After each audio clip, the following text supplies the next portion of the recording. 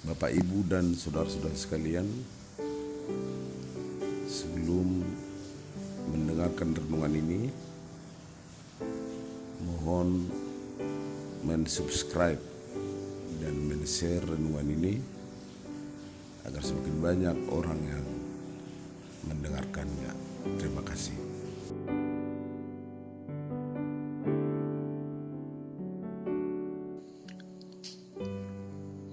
Renungan di suasana wabah COVID-19. Judulnya, Mengapa Berdoa? Pembacaan kita diambil dari Kisah Para Rasul pasal 1 ayat yang ke-12 sampai dengan ayat yang ke-14.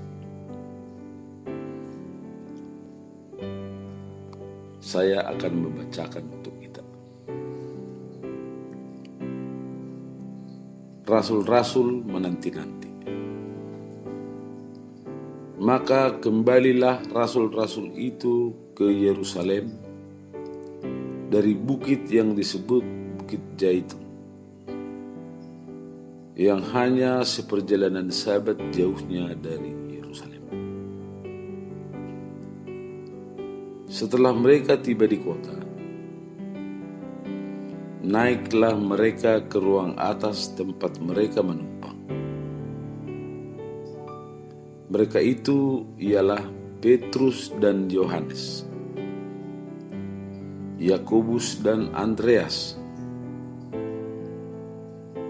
Filipus dan Thomas, Bartolomeus dan Matius, Yakobus bin Alfeus, dan Simon orang Zelot, dan Yudas bin Yakobus. Mereka semua bertekun dengan sehati dalam doa bersama-sama dengan beberapa perempuan serta Maria ibu Yesus dan dengan saudara-saudara Yesus. Demikian firman Tuhan.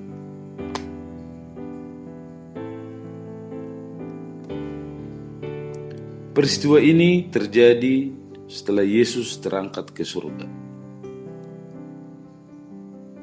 Para murid Yesus meninggalkan Bukit Zaitun pulang ke Yerusalem. Mereka naik ke ruang atas rumah tempat mereka menumpang. Kemudian mereka bertekun dengan sehati dalam doa bersama-sama. Setelah Yesus naik ke surga, hubungan Yesus dengan murid-muridnya tidak lagi dalam bentuk hubungan jasmania, tetapi dengan cara yang rohania, yaitu melalui doa. Mereka melakukan itu sebelum mereka memulai kesaksian dan pelayanan. Saudara-saudara yang terkasih dalam nama Yesus Kristus, begitu pentingnya berdoa, sehingga adalah juga sangat penting untuk berbicara tentang doa. Ada beberapa hal penting menyangkut doa yang akan kita bicarakan. Antara lain, yang pertama, mengapa kita harus berdoa? Yang kedua, apa yang kita harapkan melalui doa? Yang ketiga, apa yang benar dan apa yang salah dalam kita berdoa? Dan yang keempat, mengapa doa itu sangat berkuasa? Kita mulai dari yang pertama. Mengapa kita harus berdoa? Ada beberapa contoh kesaksian dalam hidup kita sehari-hari tentang doa. Seorang ibu yang hendak melahirkan dengan operasi sesar berdoa agar seluruh proses operasi berjalan dengan baik. Para keluarga pun turut berdoa supaya proses operasi berjalan lancar dan bayi lahir dengan sehat. Setelah berdoa, ibu itu merasa lebih tenang. Tidak lagi jantungan dan tensinya stabil. Doa itu berkuasa atas jasmani si ibu. Kesaksian lain misalnya, ketika kita mau memimpin ibadah, terasa ada ketegangan sebelum memulai ibadah. Lalu kita ambil waktu sejenak untuk berdoa, memohon penyertaan Tuhan, supaya Tuhan memimpin hati dan pikiran kita. Setelah doa selesai, ketegangan otot berkurang dan pikiran lebih tenang. Dari dua kesaksian di atas, kita memahami bahwa doa berkuasa atas jasmani dan jiwa kita. Yang kedua, apa yang kita harapkan melalui doa? Tentu kita mengharapkan agar segala permohonan yang kita panjatkan melalui doa, kiranya Tuhan berkenan mengabulkannya. Istilah yang sering kita ucapkan, kita berdoa, Allah menjawab.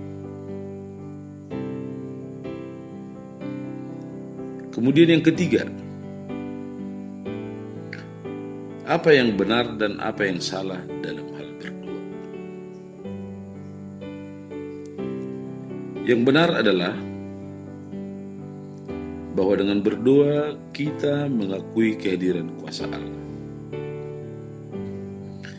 Bahwa dengan berdoa kita mempersilakan Allah masuk ke dalam rumah kita, dan kemudian kita akan mengalami dan menikmati kuasa Allah. Bahwa doa adalah semacam jembatan kita dengan Allah. Bahwa berdoa tidak perlu rangkaian kata yang panjang-panjang dan berbunga-bunga. Bahwa berdoa tidak memerlukan bakat. Bahwa berdoa adalah soal mau atau tidak mau. Kemudian yang salah adalah kita berpikir bahwa dengan doa kita dapat memaksakan keinginan pribadi kita di atas kehendak Allah. Kita ingin menjadikan kehendak kita menjadi kehendak Allah. Doa juga bukanlah jimat dan mantra penangkal bahaya yang dapat kita kantongi dan akan serta-merta bekerja secara ajaib. Kemudian yang keempat, mengapa doa itu sangat berkuasa? Jawabannya adalah karena doa itu adalah kuasa yang diberikan oleh Allah kepada kita melalui kuasa anaknya Yesus Kristus. Dengan kata lain, doa itu berkuasa karena kita alaskan hanya melalui Yesus Kristus. Jadi doa itu berkuasa bukan karena kesalehan kita, bukan karena keunggulan hidup beragama kita, dan terlebih lagi bukan karena kewibawaan kita secara pribadi. Apabila kita mengalaskan doa atas dasar kewibawaan kita, maka doa itu akan kehilangan kuasanya. Saudara-saudara yang kekasih dalam nama Yesus Kristus, pada bagian akhir dari renungan ini, marilah kita meneladani murid-murid Yesus yang bertekun,